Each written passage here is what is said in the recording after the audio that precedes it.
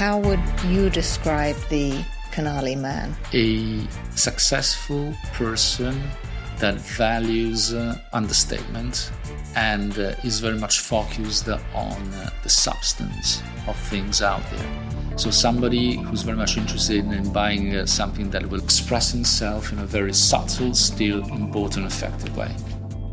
Welcome to Rodeo Drive, the podcast, the show about the visionaries who keep 3 blocks in Beverly Hills at the forefront of fashion and culture. I'm Kathy Gohari with the Rodeo Drive Committee. And I'm Lyn Winter, your host of this special edition of Rodeo Drive, the podcast. Italian style and craftsmanship are synonymous with Rodeo Drive. Canali, the Italian luxury menswear brand, has just reopened its new flagship lifestyle store on Rodeo Drive.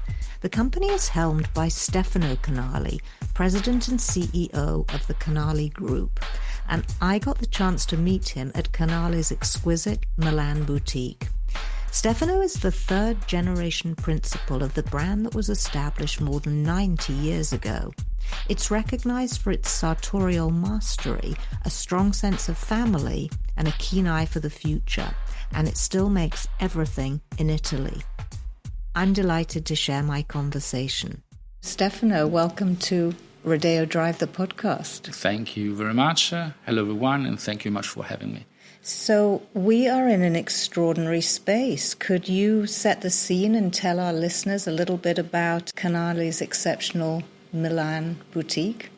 Well, actually, we are very happy to welcome everyone in this house of ours in Milan. As a matter of fact, the concept which the store was designed upon and very much close to a typical Milanese house. We wanted to make sure that this place of ours in Milan would be a very warm place, a very welcome place for whoever might have a chance to come and see us and discover what Canali is all about, Canali's world. And this store has something very special in Milan. It has a private garden. We definitely feel spoiled and blessed to some extent. It's very difficult for anyone to have such a beautiful garden in the city center of Milan. And as a matter of fact, the guest of ours who had a chance to appreciate it were very much happy with this kind of surprise. You have a very big responsibility. You're carrying the torch of your grandfather and his brother as the 3rd generation leader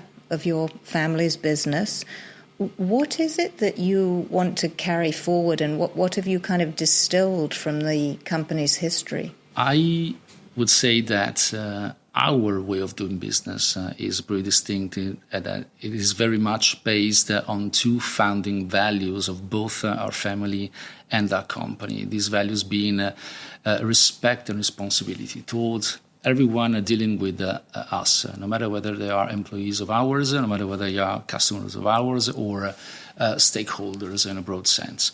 So the brand is committed to menswear. So today, how do you balance the tradition of tailoring with the more kind of casual clothing and athleisure, particularly actually in the US, in California, where I know you've just reopened? Today, it's very important for a brand to be authentic, to be perceived as authentic. Authenticity, at the end of the day, is very much about its founding values and its DNA. Canali's DNA is linked to the most qualitative suits that a man might decide to buy and wear. These values, they do pervade whatever Canali offers today. So the distinction between formal wear and casual wear or athleisure doesn't exist anymore any longer. We decided, as a matter of fact, some years ago to develop a lifestyle-inspired collection that eventually had to be credible, had to be authentic, had to be 100% made by Canali. And we simply made sure that the same founding values of our sartorial proposal, namely the high quality of materials like fabrics and canvas, the high quality of the manufacturing, the passion for details, simply were applied to whatever belonged to this collection of ours. So The well-hidden secret for a brand to last, to develop, to become even more successful is to be authentic and to authentically develop whatever new, whatever updated will be proposed by itself.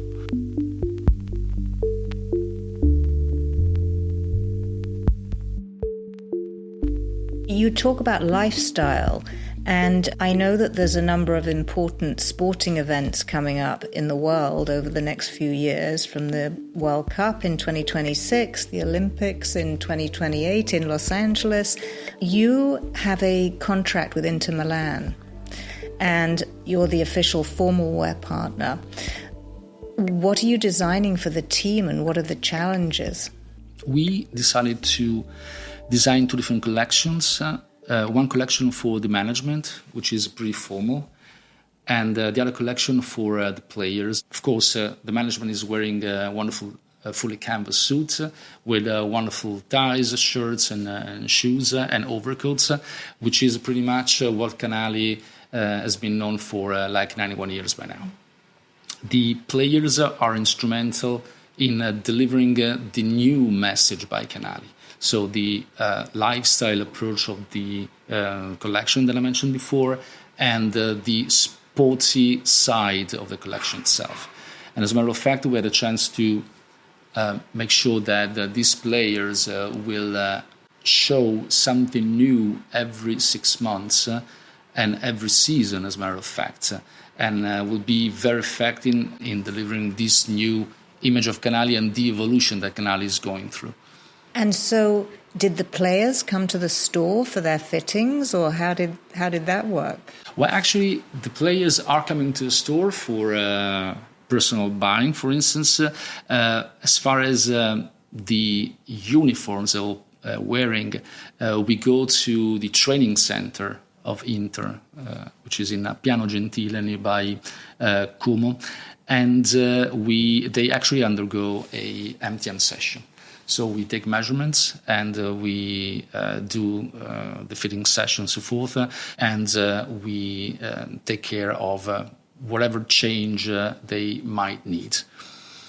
And it's always very nice to see how this session proceeds, because these players, at the end of the day, are very nice guys who feel like they're a sort of playground.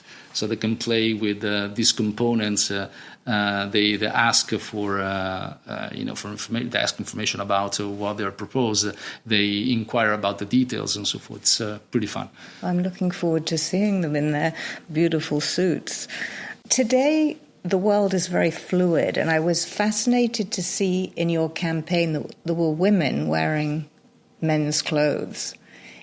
Have you thought about tailoring for women, or? Not yet. We've been focused on formal wear ever since the company was established 91 years ago, 1934. I would say never. I think a lot of women now do wear men's clothes, actually. I mean, I know that. Definitely coats and outerwear. Well, I can unveil a very well-kept secret. Many of our female colleagues, as a matter of fact, they're wearing many pieces belonging to our collection. Yeah. And they look very good. You may imagine how much pressure our colleagues are putting on our shoulders. We're hanging tough.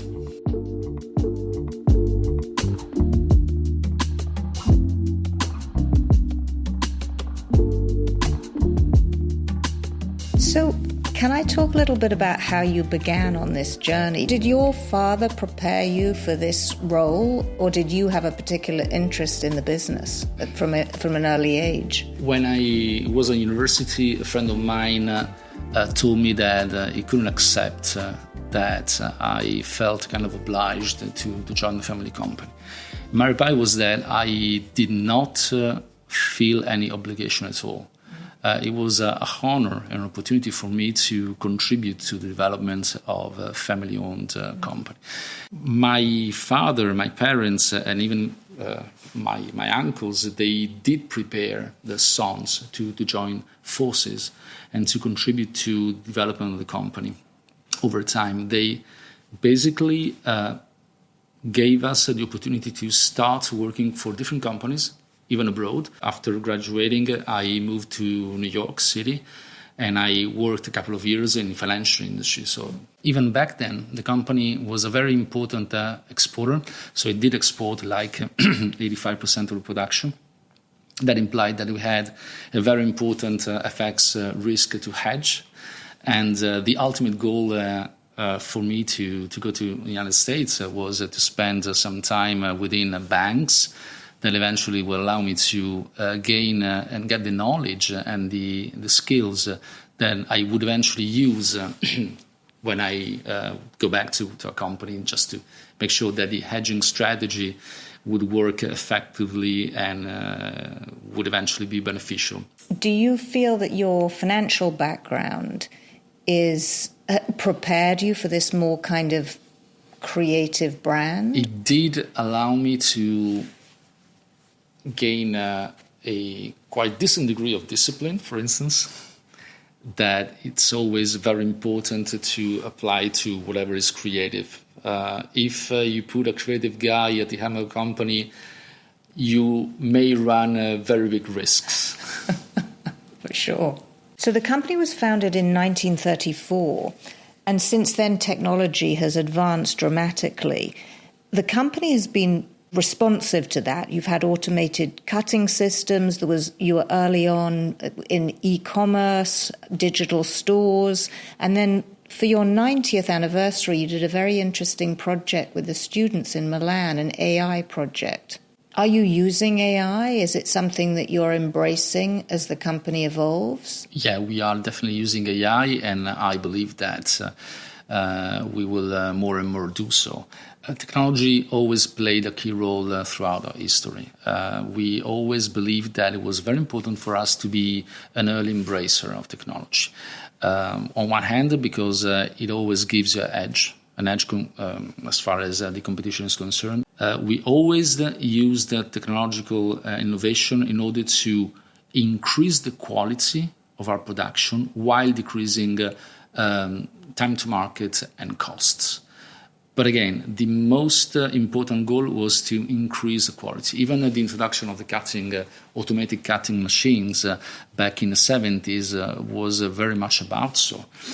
So it allowed us to end up with something more qualitative, something better than before. We know that if you consider like people cutting with scissors, it might look more poetic to some extent, but at the end of the day, the automatic cutting machine is more precise and allows you to end up with a better result. And we followed suit with whatever innovation we ran into over the following decades. And it would be so as well with artificial intelligence. Keeping in mind that we always believe in human beings and their capability to make the difference.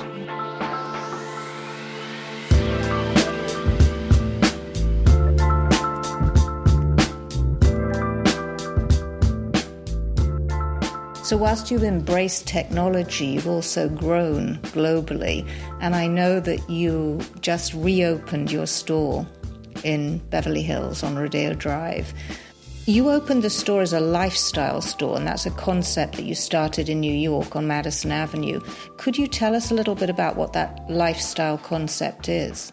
The strategy is about a credible and authentic evolution of Canali 360 degrees. We did work and we're still working a lot on the collection, consisting of different product categories that at the end of the day, they do share the same color palette. They quite easily can be mixed and matched. They do represent the Italian lifestyle interpreted by Canali. And of course, this collection needed the right showcase, a place where they could be properly displayed and properly explained to our distinguished customers. The concept we ended up with is very much about executing a wonderful, warm, welcoming showcase. On one hand, we made it very comfortable. We added like sofas, armchairs, tables, and so forth. And we developed a specific place, a sort of VIP lounge where our customers can have some relax, get some rest, have a nice conversation with our distinguished salespeople, talking about the brand, what the brand is doing, sip something good, like a nice cup of coffee or a nice glass of wonderful Italian wine, or even a cocktail. As a matter of fact, we also developed some specific cocktails for our customers, invented by some of our colleagues who do have a passion for cocktails.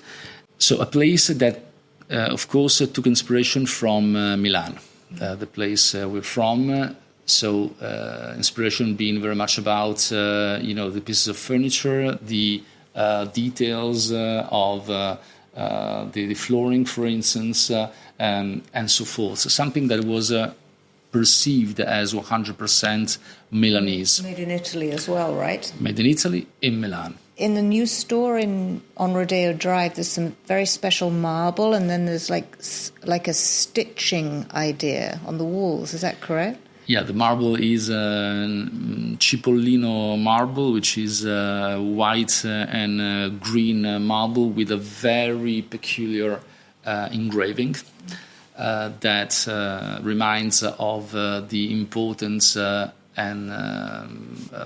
of precious details and high-skill craftsmanship. And the stitching you were mentioning before is a detail on the wooden panels we have on some walls of the store. And again, those stitches, they do remind of the stitching that you can find of a sartorial canvas, of a suit that, of course, Canali is pretty renowned for. And again, everything must be consistent. Consistency is a word these days. So you must make sure that whatever represents a brand is fully consistent with the brand itself. And for the opening in Los Angeles or in Beverly Hills, I saw that you had some notable people from Hollywood, actors, television. How did you find those guests, or how did they come to be there? And who was there? I'm not sure I can unveil the names of the attendees. Okay, I can. We had Regé-Jean Page, we had James Marsden, we had Chace Crawford, we had Paul Downs, and many stylists from Hollywood and many journalists. It was a very nice dinner altogether. Everyone was really at ease. As a matter of fact, you can gauge how much people are at ease by how long they stay with you. I was kind of surprised by the very familiar ambience that we managed to create, thanks to the attitude shown by every single attendee. So it was like a family dining altogether. I mean, I ask about Hollywood. I mean, Rodeo Drive has always been very connected to Hollywood. Very early on, Fred Heyman, who was godfather of Rodeo Drive, was the first fashion consultant to the Academy Awards. And obviously, stylists used Rodeo Drive as their canvas for the awards. Do you have any Hollywood ambassadors for the brands? Is that something that you've explored? So far, we haven't had any specific ambassador. We would like to consider a community instead of ambassador. Community? A community. So we managed to work with many actors over the past decades, and this is going to be our strategy for the upcoming future. So many friends of the brand, instead of having just one ambassador, who will credibly support the brands in whatever they do, no matter whether it's like a movie or like a TV series with the old known brands. Are you only looking at a community of people in entertainment, or might they be people in other fields? At the end of the day, it's very important for us to get connected to people that are in sync with the brand. So people that share the same values and can be a credible extension of the brand itself.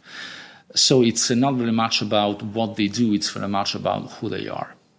And have you dressed any presidents? I would say many. We have been the first choice for many presidents throughout the world. So just one more question about Rodeo Drive. Does the store on Rodeo Drive carry anything that is not available anywhere else in the world?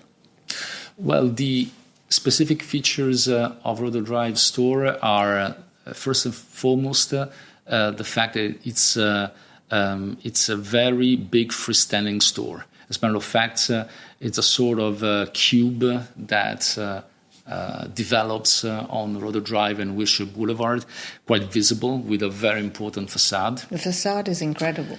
And again, the facade itself, the way it was conceived and executed, again, tells you a lot about the importance for details that we always stress in whatever they do.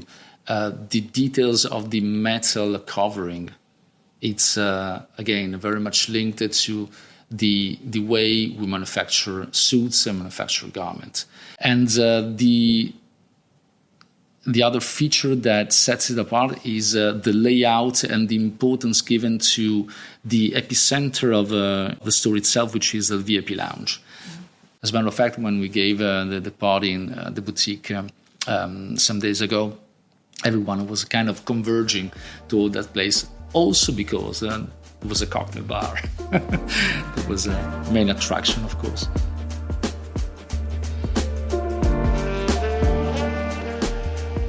The brand also has some very interesting ideas that are weaving through it. There's ideas of whispering luxury, and then there's these very subtle color palettes that I see were influenced by the Italian landscape. Can you just talk a little bit about those sort of subtle ideas that define the brand? One of the features we decided to highlight was within the color palette the importance played by the so-called Verde Brianza, so Brianza green, that you can consistently see executed in whatever Canali does. From the stationery to the visual identity to the collection itself, even to the Cipollino marble that does sport that kind of green throughout. And this is one of the founding values that we will never change over time. Of course, on top of these ongoing colors, we will have seasonal colors that will be the specific feature of every single collection and every single season. So you mentioned Brianza, but it's also known for making furniture, is that correct? Yes, it is. Yeah. And didn't you build some furniture connection into a recent collection? Yes, we actually had this wonderful collaboration with a very important company based in Brianza, and a company that is the same age as Canali. And as a matter of fact, Brianza and Italy itself is renowned for making wonderful clothing, wonderful interior design pieces, and wonderful food. So we had many good links that eventually allowed us to strike a cooperation in the past autumn-winter collection that allowed us to create this specific seasonal theme that eventually influenced and informed the whole collection. For instance, we took inspiration from the fabrics they use for the pieces of furniture, upholstery, for instance. So we recreated the same pattern for suits, for pieces of outdoor, and so forth. And we also developed some geometric patterns for accessories like scarves, and even for some pieces of outerwear that, again, were kind of borrowed from the same industry and the same company. So it was a very nice example of cooperation between different industries. And do you find that kind of a collaboration brings to you people that are interested not just necessarily in fashion, but maybe in design and architecture, and sort of expands your world of customers? Yes, but I would say that most importantly, it allows us to give everyone out there the idea that Made in Italy is a very well-rooted concept, that it's not just a brand. And we know that over the past months. So many claim and argue that Made in Italy is not very much a true expression of high quality product anymore. As a matter of fact, it's still, and it will be in the upcoming decades, because Made in Italy has become a brand thanks to the skilled artisans and the evolution that every single company working in this wonderful country developed over the past decades. And there's a good reason for buying whatever is made in Italy.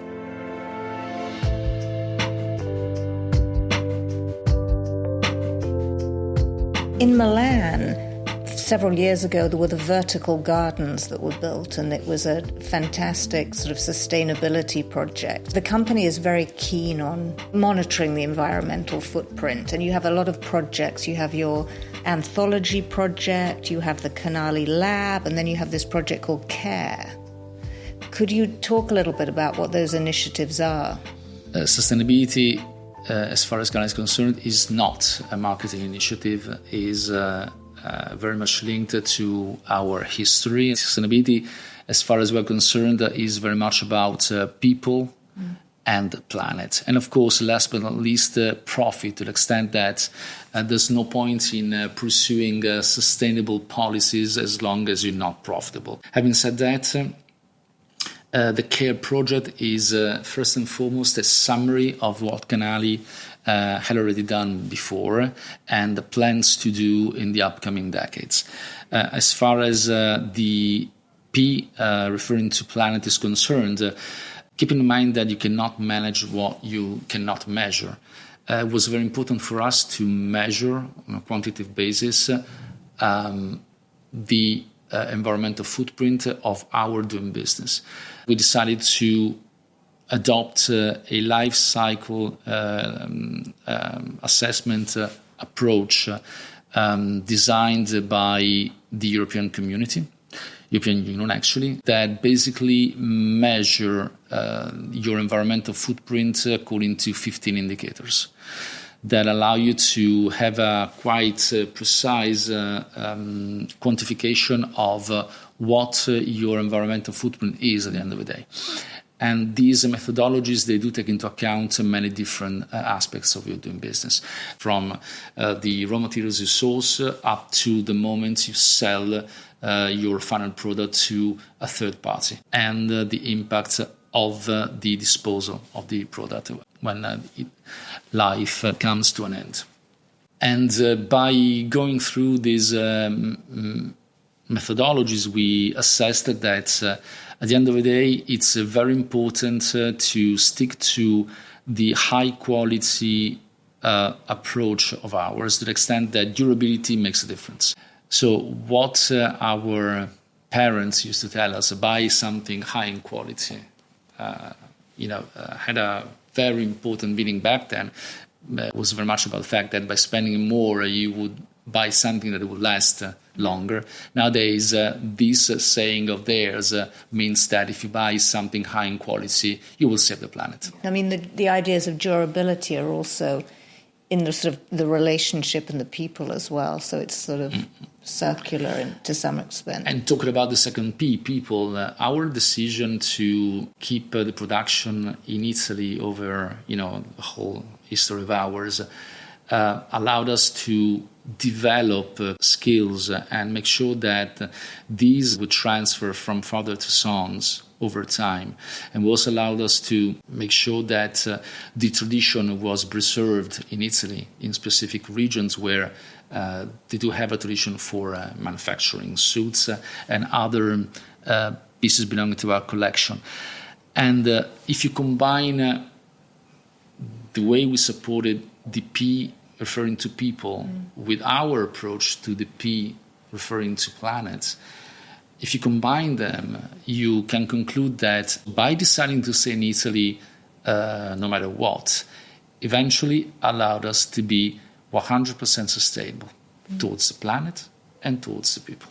And it sort of comes back to the idea of family as well. While preserving the profit as well, of course. Exactly.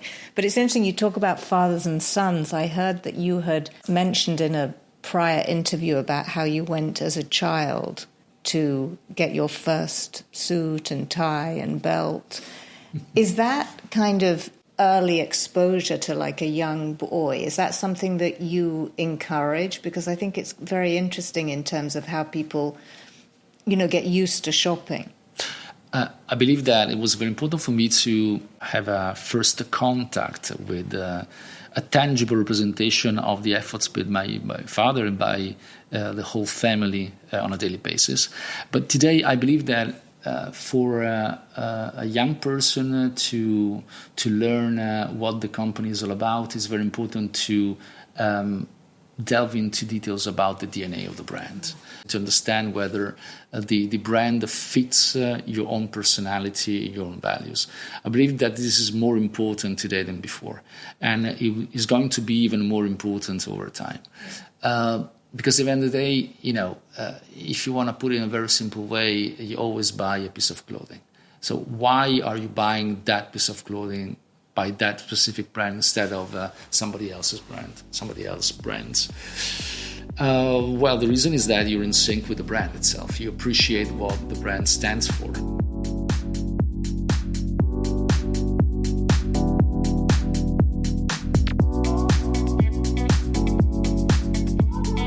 Looking ahead, you're obviously in Asia, you're in North America, you have your cafe in Beijing, you have a sneaker, I believe. Is there something new that you're developing that we could hear about, perhaps, or too soon? No, actually, what you mentioned is very much consistent with the need of us to create credible brand extension. For instance, the latest Locanda Canali we opened up in Hong Kong, next door to the brand new store of ours in Harbour City, is a very credible and consistent extension of the store next door. Right.